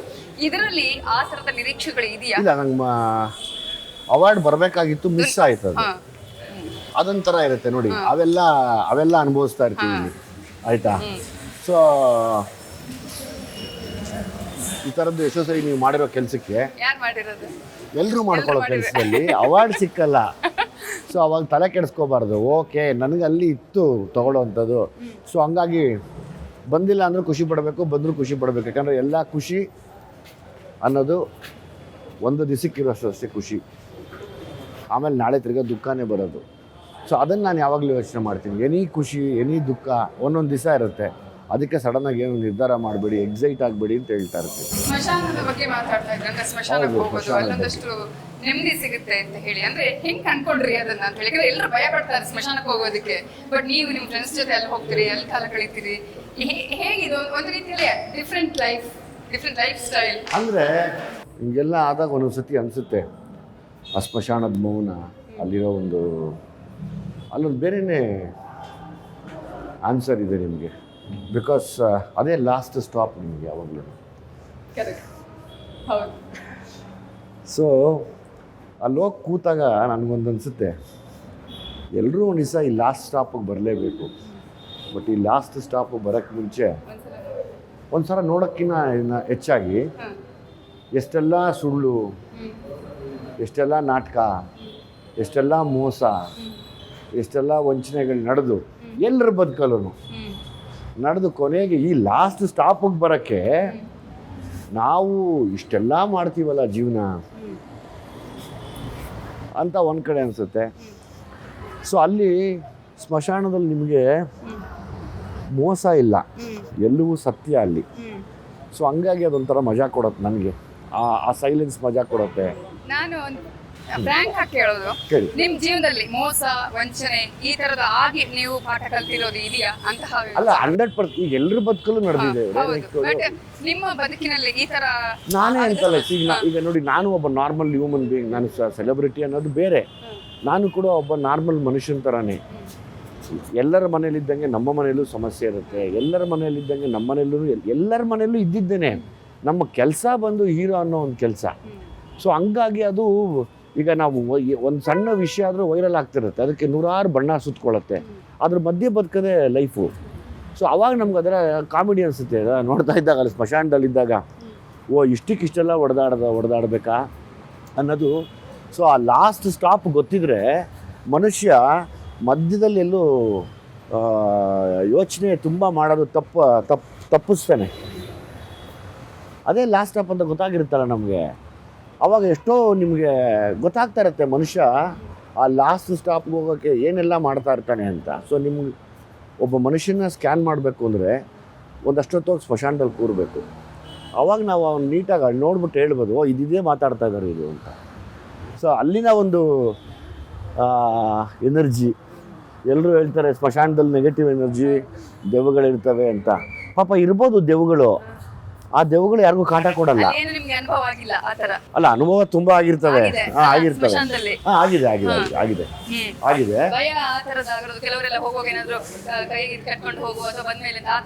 ಆ ಥರದಿಂದ ನಾನು ಹೋಗ್ಬಂದು ಹಂಗೆ ಮಲಗಿರ್ತೀನಿ ಮನೆಯಲ್ಲಿ. ತುಂಬಾ ಒಳ್ಳೆ ದೇವಸ್ಥಾನಗಳಿಗೆ ಹೋಗ್ತೀರಿ ನೀವು? ಈಗ ಒಂದು ಹಳೇ ದೇವಸ್ಥಾನಗಳಿದೆಯಲ್ಲ, ಹಳೇ ದೇವಸ್ಥಾನಗಳೆಲ್ಲವೂ ಪವರ್ಫುಲ್ ಆಗಿದೆ. ಹಂಗನ್ಬಿಟ್ಟು ಬೇರೆ ದೇವಸ್ಥಾನ ಪವರ್ಫುಲ್ ಆಗಿಲ್ಲ ಅಂತಲ್ಲ, ಬೇರೆ ದೇವಸ್ಥಾನದಲ್ಲೂ ಇದೆ. ಬಟ್ ಪುರಾತನ ದೇವಾಲಯಗಳಲ್ಲಿ ತುಂಬ ಎನರ್ಜಿ ಇದೆ. ಅದು ಬೇರೆ ಥರನೇ ಫೀಲ್ ಆಗುತ್ತೆ ಹೋದರೆ ಅಲ್ಲಿಗೆ. ಅಂಥ ದೇವಸ್ಥಾನಗಳನ್ನ ಹುಡ್ಕೊಂಡು ಹೋಗ್ತೀನಿ ನಾನು. ನೀವು ಹೋಗ್ತೀರಿ ಅಂದ್ರೆ ಇಡೀ ಕರ್ನಾಟಕನ ಆಲ್ ಓವರ್ ಇಂಡಿಯಾದಲ್ಲಿ ಆಲ್ ಓವರ್ ಇಂಡಿಯಾ ಎಲ್ಲಿದ್ದರೂ ಹೋಗ್ತೀನಿ ನಾನು ಹುಡ್ಕೊಂಡು. ಈಗ ಮೊನ್ನೆ ನಂಜುಂಡೇಶ್ವರ, ನಂಜನಗೂಡಿಗೆ ನಡ್ಕೊಂಡು ಹೊರಟೋಗಿದ್ದೆ ಮನೆಯಿಂದ. ನಡ್ಕೊಂಡು ಹೋದ್ರಲ್ಲಿ ಹೌದು. ಈಗ ತಿರ್ಗಾ ನೆಕ್ಸ್ಟು ಮಾದೇಶ್ವರನ ಬೆಟ್ಟಕ್ಕೆ ಹೋಗ್ತೀನಿ. ಮಾದೇಶ್ವರನ ಬೆಟ್ಟಕ್ಕೆ ಹೋಗಿ ಬರ್ತೀನಿ. ತಿರ್ಗಾ ಬಂದಮೇಲೆ ತಿರ್ಗಾ ತಿರುವಣ್ಣಾಮಲೈಗೆ ಹೋಗ್ತೀನಿ. ಯಾಕೆಂದರೆ ನನಗೆ ಶಿವಲಿಂಗ ಅಂತ ಹೆಸರಿಟ್ರಲ್ಲ ಇದರಲ್ಲಿ ದುನಿಯಲ್ಲಿ, ನನಗೀಗ ಮೊನ್ನೆ ಅನ್ನಿಸ್ತು, ಹೌದಲ್ವಾ ಶಿವಲಿಂಗ ಅಂತ ಇಟ್ಟಿದ್ದಾರೆ ಹೆಸರು. ಸರಿ ಹಂಗಂದ್ಮೇಲೆ ನಾನು ಯಾಕೆ ಇಷ್ಟು ಸಹ ತಪ್ಪು ಮಾಡ್ಕೊಂಡಿದ್ದೀನಲ್ಲ, ನನಗೇನು ಬಂದಿದ್ರು ಏನೂ ಇಲ್ಲ ಅಂದ್ಕೊಂಡು ನಡ್ಕೊಂಡು ಹೋಗೋಣ ಅಲ್ಲಿಗೆ ಅಂಥೇಳಿ ನಡ್ಕೊಂಡು ಹೋಗ್ತೀನಿ. ಈಗ ಮೊನ್ನೆ ನಂಜನಗೂಡಿಗೆ ನಡ್ಕೊಂಡು ಹೋದೆ. ಹಾಗೆ ಈಗ ಅಂದ್ರೆ ದೇವಸ್ಥಾನಗಳು ಹೇಳಿದ್ರಿ, ಪುರಾತನ ದೇವಸ್ಥಾನಗಳು ಅಂತ ಹೇಳಿ ಶಿವಲಿಂಗದ ವಿಚಾರವನ್ನು ಹೇಳಿದ್ರೆ, ಶಿವ ಇತ್ತೀಚೆಗೆ ಜಾಸ್ತಿಯಾಗಿ ಅಂದ್ರೆ ಜಾಸ್ತಿ ಪೂಜೆ ಪುರಸ್ಕಾರಗಳು ಶಿವನ ಮೇಲೆ ಇದೆಯಾ? ಇಲ್ಲ, ಈಗ ಸ್ಮಶಾನವಾಸಿಗಳು ಅಂತ ಹೇಳ್ತೀವಿ ನಾವು. ಹೌದು, ಅಫ್ಕೋರ್ಸ್ ಹೌದು. ಈಗ ಸ್ಮಶಾನದಲ್ಲಿ ಶಿವ ಇದ್ದಾರೆ, ಸ್ಮಶಾನದಲ್ಲಿ ಕಾಳಿ ಇದ್ದಾರೆ. ಇದು ಸುಮಾರು ಜನಕ್ಕೆ ಗೊತ್ತಿಲ್ಲ. ಸ್ಮಶಾನ ಕಾಳಿ ಅಂದರೆ ಅದೊಂದು ದೇವಿ ಪೂಜಿಸ್ತಾರೆ. ಮತ್ತು ಶಿವ ಎಲ್ಲೆಲ್ಲಿಲ್ಲ ಶಿವ, ಸ್ಮಶಾನದಲ್ಲೂ ಕೂಡ ಶಿವ ಅಂತಾನೆ ಇರೋದು.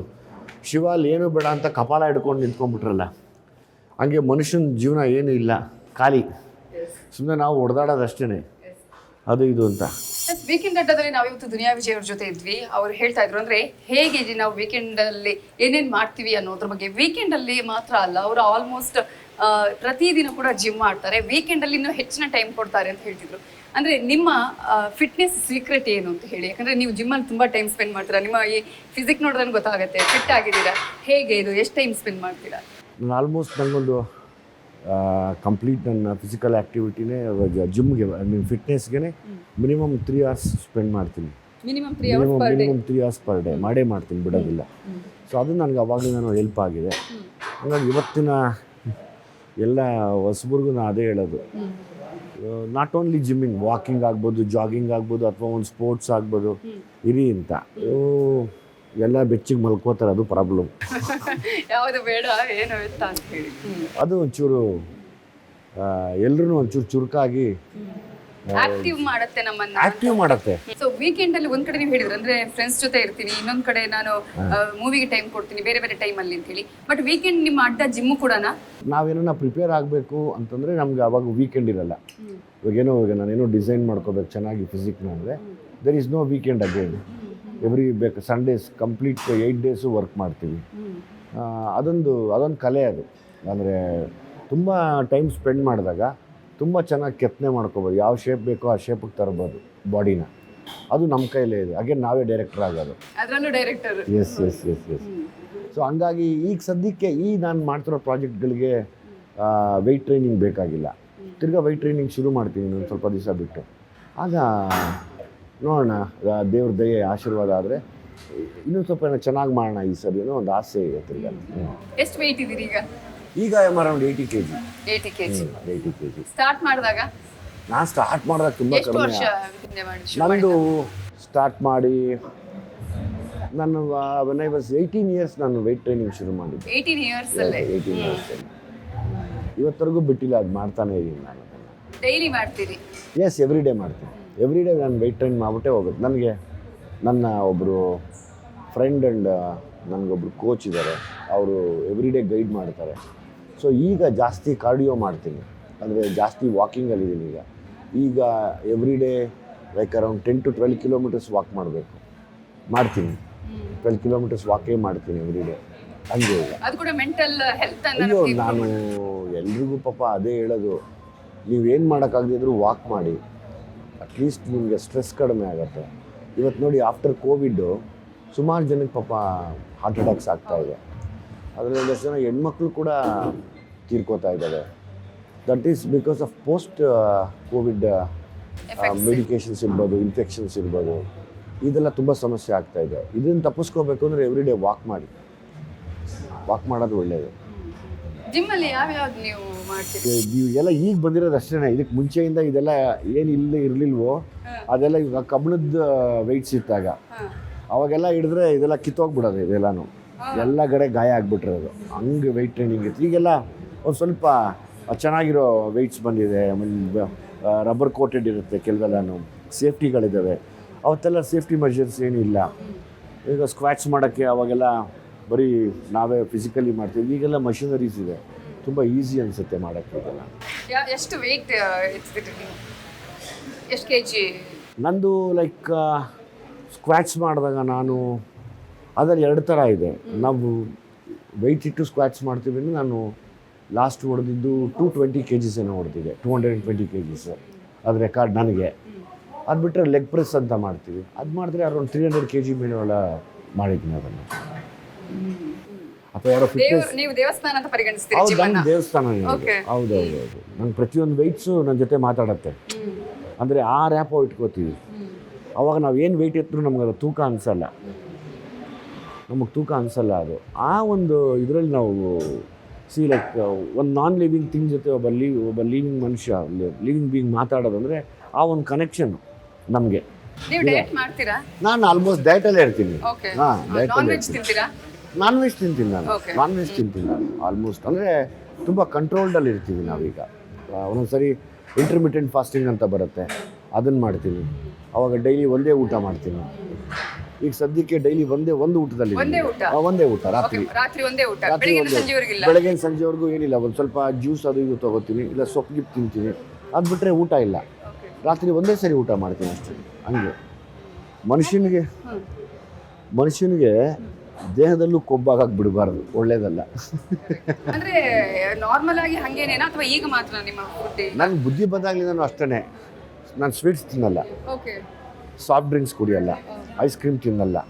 ಯಾವತ್ತೋ ರೇರ್, ವರ್ಷದಲ್ಲಿ ಒಂದು ದಿವಸ ಒಂದು ಚೂರು ತಿಂದಿದ್ರೆ ಹೆಚ್ಚು. ಅದು ಬಿಟ್ಟರೆ ಏನು ಟಚ್ ಮಾಡೋದ. ಸೊ ಫಿಟ್ನೆಸ್ನ ಹೇಗೆ ಕಾಯ್ದುಕೊಳ್ಬೇಕು ಅಂತ ಹೇಳಿ ಯಂಗ್ಸ್ಟರ್ಸ್ಗೆ ಹೇಳೋದಾದ್ರೆ ಫಿಟ್ನೆಸ್ ಟಿಪ್ಸ್ ಏನು ಹೇಳೋದಕ್ಕೆ ಬಯಸ್ತೀರಿ? ಸಿ ದಟ್ ಎವ್ರಿ ಡೇ ಜಿಮ್ಗೆ ಹೋಗೋದಾಗ್ಬೋದು, ರನ್ನಿಂಗ್, ವಾಕಿಂಗ್, ಜಾಗಿಂಗ್, ಅಥವಾ ಯಾವುದಾದ್ರು ಒಂದು ಸ್ಪೋರ್ಟ್ಸಲ್ಲಿ ಇನ್ವಾಲ್ವ್ ಆಗಿ ಸ್ಪೋರ್ಟ್ಸ್ ಮಾಡೋದಾಗಲಿ, ಇದೆಲ್ಲ ತುಂಬ ಹೆಲ್ಪ್ಫುಲ್ ಆಗಿರುತ್ತೆ. ಅದನ್ನು ಬಿಟ್ಟು ನಾನು ಹಂಗೆ ಇರ್ತೀನಿ ಅಂದರೆ ಸೋಂಬೇರಿತನ ಬರುತ್ತೆ. ಸೋಂಬೇರಿತನ ಬಂದರೆ ಗೊತ್ತಿಲ್ಲದಂಗೆ ಹೊಟ್ಟೆ ಬರುತ್ತೆ. ಹೊಟ್ಟೆ ಬಂದರೆ ಮನುಷ್ಯ ಹೋದ ಅಂತ ಅಲ್ಲಿಗೆ ಹೊತ್ತು. ಎಸ್, ನೋಡಿದ್ರಲ್ಲ, ವೀಕೆಂಡ್ ಅಲ್ಲಿ ಇವರು ವೀಕ್ ಡೇಸ್ ಅಲ್ಲೂ ಕೂಡ ಜಿಮ್ ಹಾಯ್. ಮಾಡ್ತಾರೆ, ಫಿಟ್ನೆಸ್ ಅನ್ನ ಹಲೋ, ಕಾಯ್ದುಕೊಳ್ತಾರೆ. ಹಾಯ್. ಅದರ ಜೊತೆಗೆ ಹೌದು. ವೀಕೆಂಡ್ ಅಡ್ಡಾದಲ್ಲಿ ನಾವು ತೋರಿಸಿದ್ವಲ್ಲ, ಇವರು ಯಾವ ರೀತಿಯಾಗಿ ಜಿಮ್ ಅಲ್ಲಿ ಟೈಮ್ ಸ್ಪೆಂಡ್ ಮಾಡ್ತಾರೆ ಅನ್ನೋದ್ರ ಬಗ್ಗೆ ಕೂಡ ಸಾಕಷ್ಟು ಮಾಹಿತಿಯನ್ನ ಕೊಟ್ಟಿದ್ದಾರೆ. ಇನ್ನೂ ಕೂಡ ಸಾಕಷ್ಟು ವಿಚಾರಗಳಿದೆ. ಇವರು ಫ್ರೆಂಡ್ಸ್ ಜೊತೆ ಹೇಗಿರ್ತಾರೆ ಅನ್ನೋದನ್ನ ಕೂಡ ಕ್ವಿಕ್ ಆಗಿ ನಿಮ್ಗೆ ನಾನು ತೋರಿಸ್ತೀನಿ. ದುನಿಯಾ ವಿಜಿ ವೀಕೆಂಡ್ ಅಲ್ಲಿ ಏನ್ ಮಾಡ್ತಾರೆ, ಯಾವ ರೀತಿಯಾಗಿರ್ತಾರೆ, ಅವರು ತಮ್ಮ ಲೈಫ್ ಸ್ಟೈಲ್ ನ ಬದಲಾವಣೆ ಮಾಡ್ಕೊಂಡಿದ್ದು ಹೇಗೆ ಅನ್ನೋದ್ರಲ್ಲಿ ಒಂದಷ್ಟು ವಿಚಾರಗಳು ನಿಮಗೆ ತಿಳಿಸಿದ್ರು. ಅದರ ಜೊತೆಗೆ ಅಷ್ಟಲ್ಲ, ಫ್ರೆಂಡ್ಸ್ಗೆ ತುಂಬಾ ಇಂಪಾರ್ಟೆನ್ಸ್ ಕೊಡ್ತಾರೆ, ಜೊತೆಗೆ ಫ್ರೆಂಡ್ಸ್ ಜೊತೆ ಇರ್ತಾರೆ, ಎಲ್ಲೆಲ್ಲಿ ಹೋಗ್ಬೇಕು ಅವ್ರ ಜೊತೆನೇ ಇರ್ತಾರೆ. ಈಗ ನಾನು ತೋರಿಸ್ತಾ ಇರೋ ದೃಶ್ಯ ಕೂಡ ಅಷ್ಟೇ. ವೀಕೆಂಡ್ ಅಲ್ಲಿ ಮಾತ್ರ ಅಲ್ಲ, ಪ್ರತಿ ಟೈಮಲ್ಲಿ ಕೂಡ ಫ್ರೆಂಡ್ಸ್ ಜೊತೆ ಅವರು ಟೈಮ್ ಅನ್ನ ಸ್ಪೆಂಡ್ ಮಾಡ್ತಾರೆ. ಫ್ಯಾಮಿಲಿ ಕೂಡ ಅದೇ ರೀತಿಯಾಗಿ ಟೈಮ್ ಅನ್ನ ಕೊಡ್ತಾರೆ. ಸೊ ನಿಮ್ಮ ವೀಕೆಂಡ್ ಆಗಿರ್ಬೋದು, ವೀಕ್ ಡೇಸ್ ಅಲ್ಲಿ ಕೂಡ ಫ್ರೆಂಡ್ಸ್ಗೆ ಎಷ್ಟು ಇಂಪಾರ್ಟೆನ್ಸ್ ಕೊಡ್ತೀರಿ? ವೀಕೆಂಡ್ ಅಲ್ಲಿ ಎಲ್ಲೆಲ್ಲಿ ಜೊತೆ ಹೋಗ್ತೀರಿ ನೀವು ಫ್ರೆಂಡ್ಸ್ ಜೊತೆಗೆ? ನನಗೆ ದಯಮಾಡಿ ಕೂತ್ಕೊಳ್ಳಿ ಪ್ಲೀಸ್. ಲೈಫ್ ಯಾವಾಗ್ಲೂ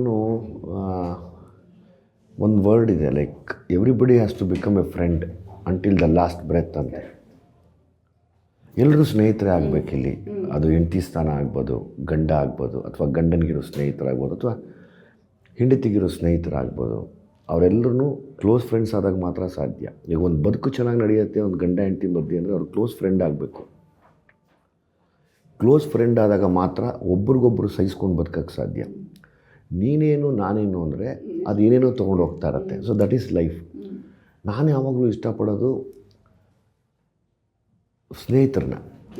ತುಂಬ ಸ್ನೇಹಕ್ಕೆ ತುಂಬ ಬೆಲೆ ಕೊಡ್ತೀನಿ. ಅದರಿಂದ ತುಂಬ ಮಿಸ್ಯೂಸ್ ಆಗೋಗಿದ್ದೀನಿ, ಆಯಿತಾ. ಬಟ್ ಅದು ಈಗ ಆಗ್ತಾ ಇಲ್ಲ, ಯಾಕಂದರೆ ಅಂಥ ಸ್ನೇಹಿತರು ಯಾರೂ ಇಲ್ಲ.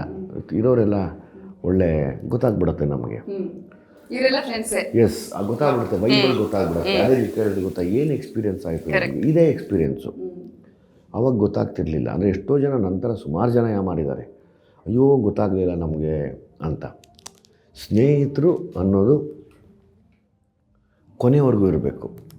ಆ ಕೊನೆವರೆಗೂ ಹೆಂಗಿರಬೇಕು ಅಂದರೆ, ಯಾವಾಗ್ಲೂ ನಾನು ನಿನಗೆ ಒಳ್ಳೇದು ಬಯಸ್ತೀನಿ ಅಂತ ಇದ್ದರೆ ನಾನು ನಿನಗೆ ಒಳ್ಳೇದು ಬಯಸ್ತೀನಿ ಅಂತ ಇಬ್ಬರು ನಿಂತಾಗ ಮಾತ್ರ ನೋಡಿ, ನಾನು ಒಳ್ಳೇದು ಬಯಸ್ತಾ ಇದ್ದೀನಿ, ಆತನೂ ಒಳ್ಳೇದು ಬಯಸ್ತಾ ಇದ್ದಾನೆ. ಎಲ್ಲವನ್ನೂ ಸಹಿಸೋ ಅಂಥವ್ನು ಇರಬೇಕು. ಸಹಿಸೋಕ್ಕಾಗದೇ ಇರೋವಂಥ ಸ್ನೇಹಿತ ಇರ್ತಾನೆ, ಮುಖವಾಡ ಹಾಕೊಂಡು ಗೊತ್ತಾಗಲ್ಲ ನಮಗೆ ಈಗ ಗೊತ್ತಾಗ್ಬಿಡುತ್ತೆ ಬಿಡಿ. ನೀವು ಕೇಳಿದ ಎಕ್ಸ್ಪೀರಿಯೆನ್ಸ್ ಇದೆ ನಮಗಾಗಿರೋದು 50 ವರ್ಷದಲ್ಲಿ. ಸೊ ನಾನು ನಿನಗೆ ಒಳ್ಳೇದು ಮಾಡ್ತೀನಿ, ನೀನು ನನಗೆ ಒಳ್ಳೇದು ಮಾಡು ಅಂದಾಗ ಮಾತ್ರ ನಮ್ಮ ಮನಸ್ಸಲ್ಲಿ ಅಂದ್ಕೊಂಡ್ರೆ ಸಾಕು. ನಾನು ನಿಮ್ಗೆ ಒಳ್ಳೇದು ಮಾಡಬೇಕು, ಒಳ್ಳೇದು ಮಾಡ್ತಾ ಇದ್ದೀನಿ ಅಂತ ಅಂದ್ಕೊಂಡ್ರೆ ನಿಮ್ಮ ಮನಸ್ಸು ಹೇಳುತ್ತೆ ನಾನು ಈತನಿಗೆ ಒಳ್ಳೇದು ಬಯಸಬೇಕು, ಒಳ್ಳೇದು ಮಾಡಬೇಕು ಅಂತ. ಇದು ಸ್ನೇಹ ಅಂತ ಕರಿತೀವಿ ಯಾವಾಗಲೂ. ಇದನ್ನು ನಾನು ಯಾವಾಗಲೂ ಇಷ್ಟಪಡ್ತೀನಿ. ಆಮೇಲೆ ನಾನು ಯಾವಾಗಲೂ ಜೊತೇಲಿ ಇರೋಕ್ಕೆ ಇಷ್ಟಪಡ್ತೀನಿ. ನನ್ನ ಜೊತೇಲಿ ಯಾರು ಏನೋ ಜಾಲಿಯಾಗಿ, ನಾನು ಯಾರನ್ನೂ ಮಿಸ್ಯೂಸ್ ಮಾಡ್ಕೊಳ್ಳಲ್ಲ. ನಾವು ಗೊತ್ತಿಲ್ದಂಗೆ ಮಿಸ್ಯೂಸ್ಗಳಾಗ್ಬಿಟ್ಟಿರ್ತೀವಿ. ನಾನೇ ಅಂತಲ್ಲ, ಎಲ್ಲರೂ ಅಷ್ಟೇ ಗೊತ್ತಿಲ್ದಂಗೆ ಮಿಸ್ಯೂಸ್ಗಳಾಗ್ಬಿಟ್ಟಿರ್ತೀವಿ. ಅದನ್ನು ಬಿಟ್ಟು ಯೂಸ್ಫುಲ್ಲಾಗಿರಬೇಕು ಅಂದರೆ ಒಂದಷ್ಟು ಜನ ಒಳ್ಳೆ ಸ್ನೇಹಿತರು ಇರಬೇಕು. ಅದು ನನಗೆ ಎಷ್ಟು ಜನ ಇದ್ದಾರೆ ಫ್ರೆಂಡ್ಸ್, ಕ್ಲೋಸ್ ಫ್ರೆಂಡ್ಸ್? ನನ್ನ ಕ್ಲೋಸ್ ಫ್ರೆಂಡ್ಸ್ ಒಂದು 4-5 ಜನ ಇದ್ದಾರೆ ಅಷ್ಟೇ, ಅಷ್ಟು ಬಿಟ್ಟರೆ ಇನ್ಯಾರೂ ಇಲ್ಲ. ಎಲ್ಲಿ ಹೋಗ್ತೀರಿ ಫ್ರೆಂಡ್ಸ್ ಜೊತೆಗೆಲ್ಲ ಆಲ್ಮೋಸ್ಟ್? ನಾವು ಮನೆಯಲ್ಲೇ ಸೇರ್ತೀವಿ, ನಾನು ಮನೆಯಲ್ಲೇ ಮಾತಾಡ್ತೀವಿ. ಇಲ್ಲಾಂದರೆ ಯಾರಿಗೂ ಸಿಗದಿರೋ ಜಾಗ, ನಾಟ್ ರೀಚಬಲ್ ಏರಿಯಾಕ್ಕೆ ಹೋಗ್ತೀವಿ, ಕಾಡಿಗೆ ಹೋಗ್ತೀವಿ, ಅಲ್ಲಿ ಆರಾಮಾಗಿರ್ತೀವಿ. ಫ್ರೆಂಡ್ಸ್ ಅಂದರೆ ನಿಮ್ಮ ಜೀವನದಲ್ಲಿ ಏನು? ಸ್ನೇಹ ಅಂದರೆ ಉಸಿರು. ಓಕೆ. ಫ್ಯಾಮಿಲಿ ಅಂದರೆ? ಫ್ಯಾಮಿಲಿ ಅಂದ್ರೂ ಕರೆಕ್ಟಾಗಿರೋ ಫ್ಯಾಮಿಲಿ ಆದರೆ ಮಾತ್ರ ಅದು ಉಸಿರು. ಕರೆಕ್ಟ್ ಆದ ಫ್ಯಾಮಿಲಿ ಅಂದರೆ ಅಲ್ಲ, ಅರ್ಥ ಆಗೋರ್ಗೆ ಅರ್ಥ ಆಗುತ್ತೆ ಅಂತ. ಫ್ಯಾನ್ಸ್ ನಿಮ್ಮ ಲೈಫಲ್ಲಿ? ಫ್ಯಾನ್ಸ್ ಉಸಿರು. ಓಕೆ. ಎಲ್ಲರೂ ಒಂದೇ ರೀತಿ ಟ್ರೀಟ್ ಮಾಡಿ? ಹೌದೌದು, ಅವರೆಲ್ಲರೂ ಇಲ್ಲ ಅಂದರೆ ಆಗೋದೇ ಇಲ್ವಲ್ಲಪ್ಪ. ಸೊ ಹೇಗಿದೆ ಫ್ಯಾಮಿಲಿ ಲೈಫ್? ತುಂಬ ಚೆನ್ನಾಗಿದ್ದೀನಿ ನಾನು ಯಾವಾಗಲೂ ಚೆನ್ನಾಗಿರ್ತೀನಿ ರೀ. ಮುಂದೆ ಇರೋರು ಚೆನ್ನಾಗಿರ್ಬೇಕು, ನಿಮ್ಮ ಜೊತೆ ಚೆನ್ನಾಗಿದ್ರೆ ಅಷ್ಟೇ. ನಾನು ಯಾವಾಗಲೂ ಚೆನ್ನಾಗಿರ್ತೀನಿ. ಓಕೆ. ಫೈನಲ್ ಪ್ರಶ್ನೆ ನಂದು, ನಿಮಗೆ ಇಲ್ಲಿವರೆಗೂ ಒಂದು ರೀತಿಯ ಮಜಲು, ಈಗ ಒಂದಂದ್ರೆ ಡೈರೆಕ್ಷನ್ ಆಗಿರ್ಬೋದು ಅಥವಾ 50 ವರ್ಷದ ನಂತರ ನಿಮ್ಮ ಕನಸುಗಳು ಏನಿದೆ? ಇನ್ನು ಏನಾದರೂ ಒಂದು ಮಾಡಬೇಕು ಈ ಥರದ್ದು ಅಂತ ಏನಾದರೂ ಇದೆಯಾ? ನಾಳೆ ಬೆಳಿಗ್ಗೆ ಎಲ್ಲರೂ ಎದ್ದರೆ ಸಾಧನೆ ಮಾಡೋಕೆ ಹೊರಡ್ತೀವಿ. ಆ ದಿನ ಕಳೆಯೋದೇ ಸಾಧನೆ. ಸೊ ನಮ್ಮ ಇಂಡಸ್ಟ್ರಿ ಬಗ್ಗೆ ಒಂದು ಫೈನಲ್ ಕ್ವಶನ್. ಈಗ ಅಂದ್ರೆ ಸಿನಿಮಾ ಬರ್ತಿರೋದೇ ಕಡಿಮೆ, ಇನ್ನೊಂದು ಕಡೆ ಥಿಯೇಟರ್ ಕಡೆ ಜನ ಮುಖ ಮಾಡ್ತಾ ಇಲ್ಲ. ಕೆಲವುಗಳ ಮಾತುಗಳು ಕೇಳಿ ಬರ್ತಿದೆ, ಹೀರೋಗಳಿಗೆ ಅಂದ್ರೆ 2 ವರ್ಷ ಬಿಟ್ಟು 3 ವರ್ಷ ಬಿಟ್ಟು ಸಿನಿಮಾಗಳನ್ನ ಮಾಡ್ತಾರೆ, ಇದು ಕೂಡ ಇಂಪ್ಯಾಕ್ಟ್ ಆಗ್ತಿದೆ ಅಂತ ನಿಮ್ಗೆ ಏನು ಅನ್ಸುತ್ತೆ? ಹಂಗೆ ಇಲ್ಲ, ಈಗ ಎಲ್ಲರೂ ಒಂದು ಆಸೆ ಇರುತ್ತೆ, ಮತ್ತೆ ಸೋಲ್ಬಾರ್ದು ಅನ್ನೋ ಒಂದು ಆಸೆಗೆ ಪ್ರಿಪ್ರೇಷನ್ ಅಲ್ಲಿದ್ದಾರೆ ಎಲ್ಲರೂ ಅಲ್ವಾ. ಆ ಪ್ರಿಪ್ರೇಷನ್ ಟೈಮ್ ಹಿಡಿತಾ ಇದೆ, ಅದು ತುಂಬ ಕಷ್ಟ. ಒಂದು ಗೆಲುವು ತೊಗೊಳ್ಳೋದು ಒಂದು ಸಿನಿಮಾಲಿ 7 ಜನ್ಮ ಎತ್ತದಂಗೆ, ಅದು ತಮಾಷೆ ವಿಷಯ ಅಲ್ಲ ಅದು. ಸೊ ಹಂಗಾಗಿ ಅವ್ರಿಗೆ ಆದ ಭಯಗಳಿರ್ತವೆ, ಅವ್ರದ್ದೇ ಆದ ಯೋಚನೆ ಇರುತ್ತೆ, ಇದು ಹೊರ್ಗಡೆ ವರ್ಕ್ ಆಗುತ್ತಾ ಇಲ್ವಾ ಅಂತ. ಅದನ್ನು ಡಿಸೈಡ್ ಮಾಡೋಕ್ಕೆ ತಿಂಗಳಾನ್ಗಟ್ಟಲೆ ಹೇಳೋದ್ಬಿಡುತ್ತೆ. ಒಂದು ಸಿನಿಮಾ ಗೆಲುವು ಅಂದ ತಕ್ಷಣ ಅದರಿಂದ ಎಷ್ಟು ದೊಡ್ಡ ಪರಿಶ್ರಮ ಇರುತ್ತೆ ಅಂತ ನಮ್ಗಳಿಗೆ ಗೊತ್ತಿರುತ್ತೆ. Thank you so much. ನಮ್ಮ ಇವತ್ತಿನ ವೀಕೆಂಡ್ ಅಡ್ಡದಲ್ಲಿ ನಿಮ್ಮ ವೀಕೆಂಡ್ ಏನು, ಯಾವ ರೀತಿ ಆಗಿದೆ ಅಂತ ಹೇಳಿದರೆ, ಹಾಗೆ ಆಲ್ ದಿ ವೆರಿ ಬೆಸ್ಟ್ ನಿಮಗೆ. Very much, thank you. Weekend ಅಡ್ಡದಲ್ಲಿ ದುನಿಯಾ ವಿಜಯ್ ಅವರು ಏನ್ ಮಾಡ್ತಾರೆ, ಯಾವ ರೀತಿಯಾಗಿರ್ತಾರೆ, ಯಾರ್ಯಾರ ಜೊತೆ ಇರ್ತಾರೆ ಅನ್ನೋದನ್ನ ನೋಡಿದ್ರಲ್ಲ. ಇದು ಇವತ್ತಿನ ವೀಕೆಂಡ್ ಅಡ್ಡ. ನೋಡ್ತಾ ಇರಿ News 18 ಕನ್ನಡ. ಜಾಲ ನಮ್ಮದು, ಬಲ ನಿಮ್ಮದು.